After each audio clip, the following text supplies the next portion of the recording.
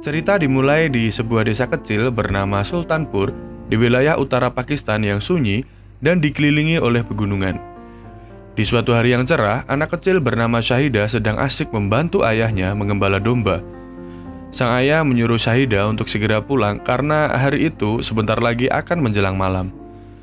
Syahida dengan membawa mainannya lalu segera beranjak untuk pulang. Namun di tengah jalan roda mainan Syahida pun terlepas dan menggelinding ke bawah menuju tebing yang cukup curam. Syahida berlari untuk mencoba menangkap roda mainannya.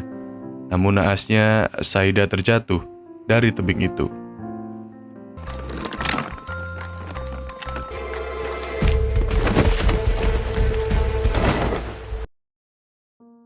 Ketika ayahnya sudah sampai di rumah, ibunya pun bertanya, "Kemana Syahida?" Dan sang ayah bingung karena setahu ayahnya, Syahida sudah pulang duluan. Masyarakat sekitar pun berbondong-bondong mencari Syahida. Dan akhirnya dia ditemukan tersangkut di sebuah batang pohon di tepi jurang. Lalu keesokan harinya, seluruh keluarga berkumpul untuk membahas kesembuhan Syahida. Ternyata diketahui Syahida mengalami kelainan yaitu tidak dapat berbicara sejak lahir. Sang kakek lalu menyarankan untuk membawa Syahida ke tempat suci yaitu Hazrat Nizamuddin Aulia yang berada di kota Delhi, negara India.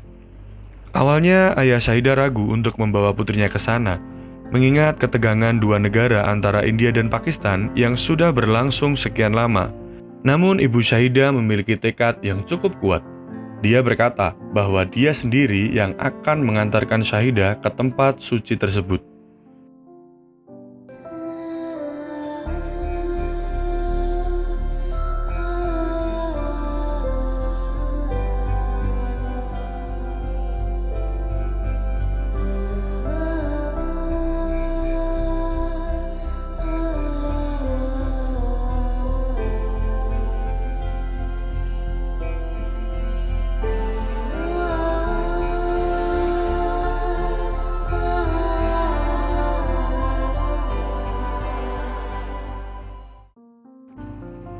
Sepulang dari tempat suci, kereta yang dinaiki Syahida dan ibunya mengalami masalah dan harus berhenti sementara di sebuah tempat yang berdekatan dengan perbatasan India dan Pakistan. Syahida yang sedari tadi tidur, tiba-tiba terbangun dan melihat seekor anak kambing yang terjebak di sebuah lubang. Syahida mencoba menolong anak kambing tersebut dan menuruni kereta yang sedang berhenti. Tak berselang lama, kereta tiba-tiba berangkat dan Syahida pun tertinggal di India. Scene lalu berpindah di sebuah kota di India yang menampilkan laki-laki yang cukup sederhana dan lugu bernama Pawan Kumar Chaturvedi, atau orang-orang memanggilnya dengan panggilan Bajrangi karena Pawan adalah penyembah Dewa Hanuman yang sangat taat. Syahida yang terdampar akhirnya bertemu dengan Pawan. Pawan pun memberikannya makanan dan menanyai namanya. Namun karena Syahida tidak dapat berbicara, maka Pawan memanggilnya dengan nama Muni. Pawan bingung karena Muni selalu mengikuti kemanapun ia pergi. Sampai akhirnya Pawan sadar bahwa Muni adalah orang yang hilang dari ibunya.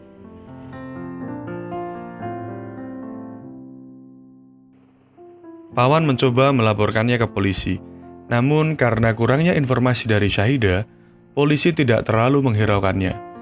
Lalu Pawan pun terpaksa membawa Syahida untuk ikut pulang bersamanya. Oke teman-teman, setelah ini kita panggil Syahida dengan nama Muni, agar seperti penyebutannya di dalam film. Di dalam bus, Pawan bercerita tentang masa mudanya kepada seluruh penumpang yang ada di dalam bus. Pawan adalah seorang yang dikenal sangat menjunjung tinggi nilai kejujuran, namun sayangnya dia tidak terampil di bidang akademik.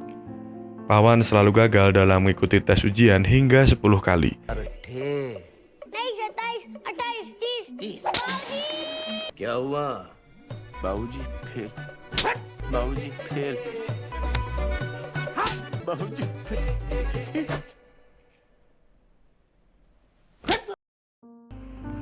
Sampai akhirnya pada saat tes ujian yang ke-11, Pawan akhirnya lulus ujian. Namun hal yang tidak diinginkan Pawan pun terjadi. ayahnya meninggal dan ia harus ke Delhi untuk menepati wasiat terakhir ayahnya untuk mencari pekerjaan di sana. Saat setibanya di Delhi, Pawan bertemu dengan wanita yang bernama Rashika di dalam bus. Mereka sempat berseteru dikarenakan uang Pawan dan Rashika yang masing-masing berjumlah 5 rupiah diberikan oleh kondektur bus dengan selembar uang 10 rupiah. Rashika yang menganggap kalau Pawan adalah orang aneh lalu meninggalkannya. Tanpa sengaja Pawan bertemu lagi dengan Rashika. Karena ternyata ayah Rashika adalah orang yang diwasiatkan ayah Pawan kepada Pawan untuk ditemuinya ketika sampai di Delhi. Pawan yang belum memiliki pekerjaan pun menemani kemanapun Rashika pergi. Mulai dari menemani Rashika mengajar di sekolah, memasak, belanja ke pasar, hingga ke pesta rakyat India. Dan sepertinya, karena setiap hari mereka menghabiskan waktu bersama, mereka pun mulai jatuh cinta.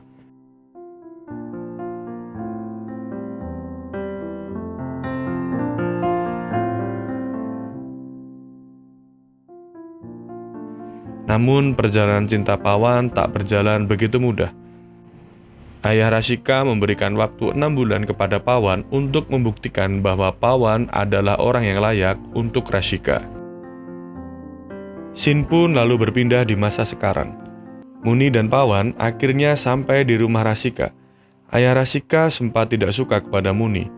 Namun Pawan mencoba meyakinkan bahwa Muni hanya tinggal sementara dan mengatakan bahwa Muni adalah seorang Brahmana atau kasta pendeta dalam agama Hindu yang juga merupakan kasta tertinggi dalam sistem kasta Hindu. Namun asumsi Pawan terhadap Muni yang awalnya mengira bahwa Muni adalah keturunan Brahmana seketika salah ketika Pawan dan Rashika melihat Muni memakan daging bersama keluarga Muslim di daerah sana. Dan Pawan semakin bingung ketika Muni ternyata diam-diam masuk masjid untuk beribadah. Dan puncaknya ketika keluarga besar Rashika sedang melihat pertandingan kriket antara India dan Pakistan, Muni sangat gembira sampai ia mencium bendera Pakistan ketika melihat tim Pakistan keluar sebagai pemenang. Seketika ayah Rashika pun marah besar dan menyuruh Pawan untuk segera mengembalikan Muni melalui kedutaan besar Pakistan di India. Keesokan harinya Pawan membawa Muni ke kedutaan besar Pakistan. Namun usaha itu kembali tak membuahkan hasil karena kurangnya informasi mengenai Muni. Pada saat yang bersamaan, di depan gedung kedutaan sedang ada unjuk rasa yang berujung pada kericuan.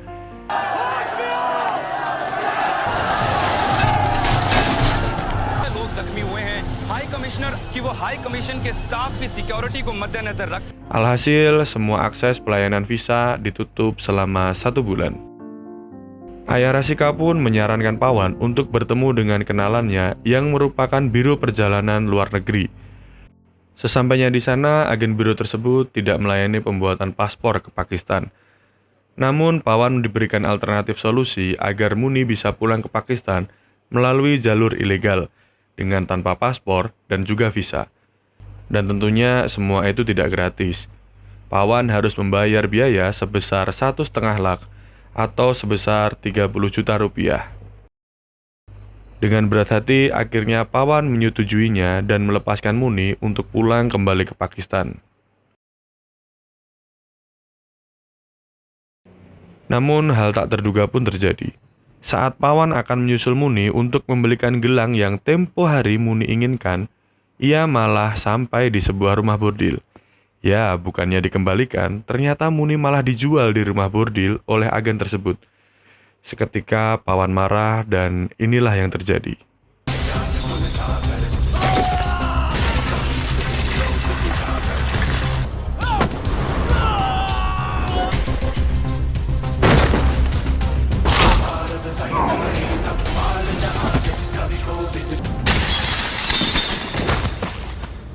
बैठ के बात करते हैं please.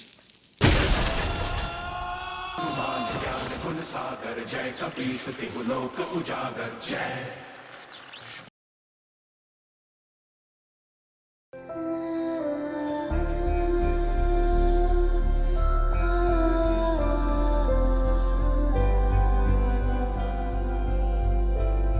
Dengan raut muka penuh emosi, akhirnya Pawan berkata pada Rashika kalau ia ingin memulangkan Muni dengan usahanya sendiri.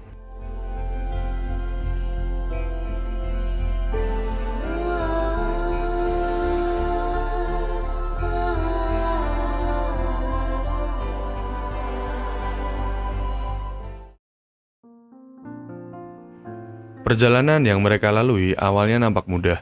Melalui orang yang mereka temui di dekat perbatasan bernama Bu Ali, mereka berhasil menyeberangi perbatasan tanpa diketahui oleh tentara penjaga melalui sebuah terowongan rahasia.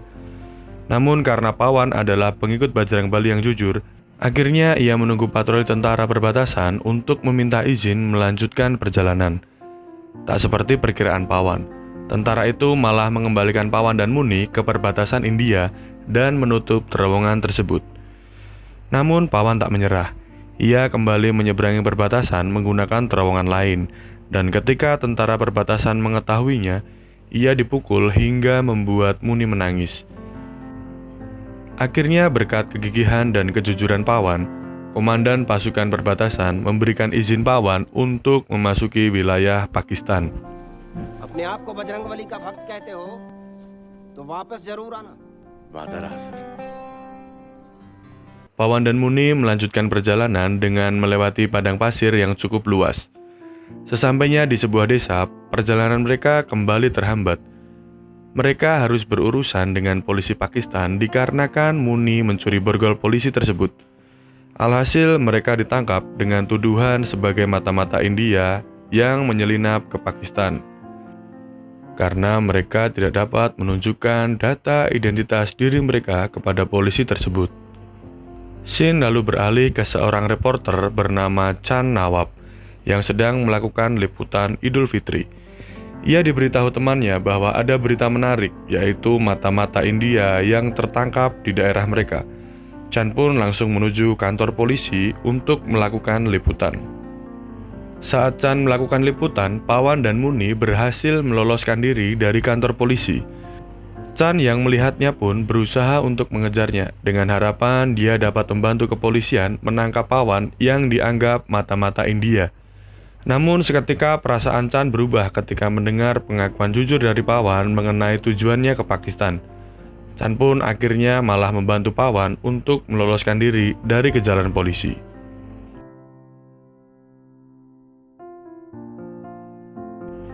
Mereka bertiga terbangun di sebuah bangunan masjid yang merupakan pondok pesantren milik Ustadz Maulana Sahab. Ustadz Maulana mendengarkan pengakuan dari Pawan, dan akhirnya Ustadz Maulana pun juga ikut membantu Pawan, Chan dan Muni meloloskan diri dari kejaran polisi. Lalu Ustadz Maulana menyelinapkan mereka bertiga dengan cara yang tak terduga. Bajrang Bali क्या-क्या करवा तेरी बड़ी कृपा। यार हमसे तो एक नहीं संभलती और मौलाना साहब दो के लिए घूम रहे। Di tengah pelariannya, Chan memiliki ide untuk membuat mobil salah seorang pengendara menjadi rusak, dan ia akan berpura-pura datang untuk memperbaikinya agar mereka dapat tumpangan. Namun tanpa diduga, ternyata yang mereka tumpangi adalah seorang kepala kepolisian yang sedang cuti. Akan tetapi kepala polisi tersebut terpaksa menuju kantor polisi untuk mengusut kasus mata-mata India yang sedang menyelinap. Dan akhirnya mereka bertiga pun cuma bisa istighfar. Cobaan apa lagi yang mereka dapatkan? Namun lagi-lagi mereka selamat. Semua polisi yang ada di kantor tidak menyadari bahwa ketiga orang yang mereka bawa adalah buronan yang mereka cari. Mereka bertiga pun kembali lolos dan melanjutkan perjalanan.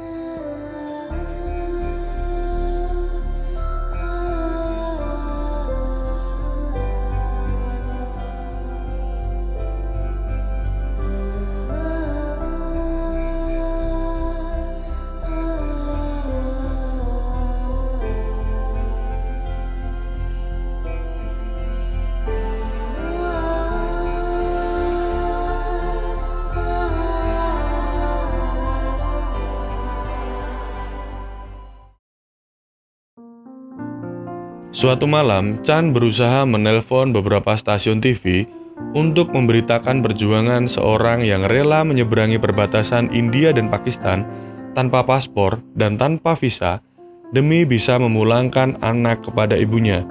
Dengan harapan keluarga Muni dapat melihat berita tersebut dan Muni bisa segera kembali pulang.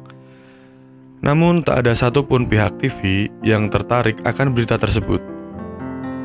Satu harapan mulai muncul ketika mereka mendengar suatu tempat bernama Hazrat Amin Shah Dargah, yang dimana tempat tersebut dipercaya bisa menyatukan sesuatu yang telah terpisah.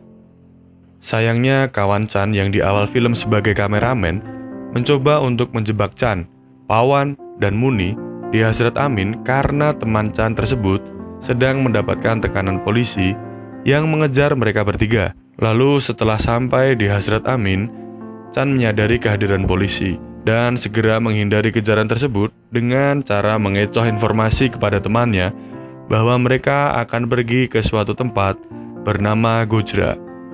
Polisi pun terkecoh dan melakukan pengejaran ke Gojra.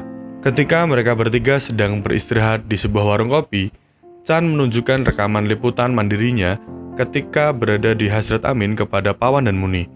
Ternyata Muni mengenali sosok wanita yang berjalan melewati kamera, dan ternyata benar, itu adalah ibunya. Pencarian informasi berlanjut esok hari. Mereka mencoba bertanya kepada seorang sopir bus tentang rute perjalanan bus yang dikendarainya, dan akhirnya terjawab sudah pertanyaan mereka selama ini, yaitu Muni berasal dari Sultanpur. Mereka pun melanjutkan perjalanan menuju Sultanpur dengan menaiki bus. Polisi yang mengetahui bahwa mereka terkecoh dengan informasi Chan segera melakukan tindakan razia ke seluruh bus yang melintas. Pawan dan Chan yang mengetahui bahwa di depan mereka sedang ada razia kepolisian, lalu Pawan menyuruh Chan untuk berlari bersama Muni, sedangkan Pawan akan mengalihkan perhatian para polisi. Setelah melalui beberapa turunan tajam, dipukul hingga sempat tertembak, akhirnya Pawan pun harus tertangkap. Namun pengorbanan Pawan selama ini tidak sia-sia.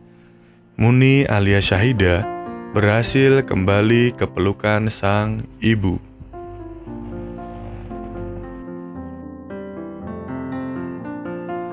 Scene berpindah di sebuah lokasi tahanan di Pakistan. Pawan diinterogasi dengan sangat kejam. Dia terus disiksa oleh aparat Pakistan berharap dia mau mengaku sebagai mata-mata India. Mungkin keamanan Pakistan sudah kepalang malu karena telah salah tangkap dan menuduh orang yang tak bersalah. Lalu seorang polisi jujur bernama Hamid Khan memiliki pandangan yang berbeda. Dia rela membebaskan Pawan yang memang setelah ia melakukan penyelidikan, Hamid tidak menemukan tanda-tanda yang menunjukkan bahwa Pawan adalah seorang mata-mata India. Hamid lalu menelpon Chan dan menyuruhnya untuk melakukan siaran langsung yang ditayangkan di seluruh televisi India dan Pakistan. Chan melakukan liputan dan juga menampilkan video dokumenternya bersama Pawan dan Muni ketika mereka melakukan perjalanan bersama di Pakistan. Chan mengajak seluruh masyarakat untuk mengawal kasus Pawan di Pakistan dan bersama-sama mengantarkan Pawan untuk pulang menyeberangi perbatasan Narwal. Chan juga mengajak untuk menurunkan ego konflik kedua negara agar perjuangan Pawan tak dibumbui dengan ketegangan politik yang terjadi. Tak disangka, semua orang dari kedua negara bersama-sama datang ke perbatasan Narwal. Begitu pula Rashika dan keluarganya. Di dalam keramaian itu nampak Pawan yang berjalan tertatih penuh luka berjalan mendekati perbatasan. Sungguh momen ini menjadi pandangan yang sangat mengharukan.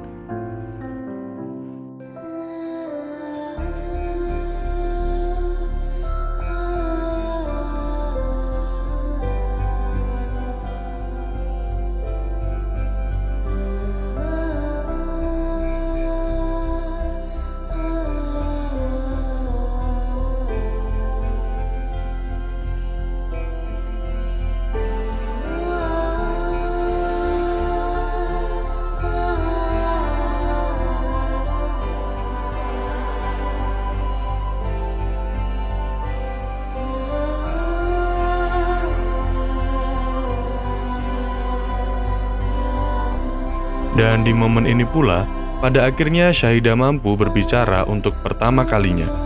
Dia memanggil Pawan dengan suara yang cukup keras.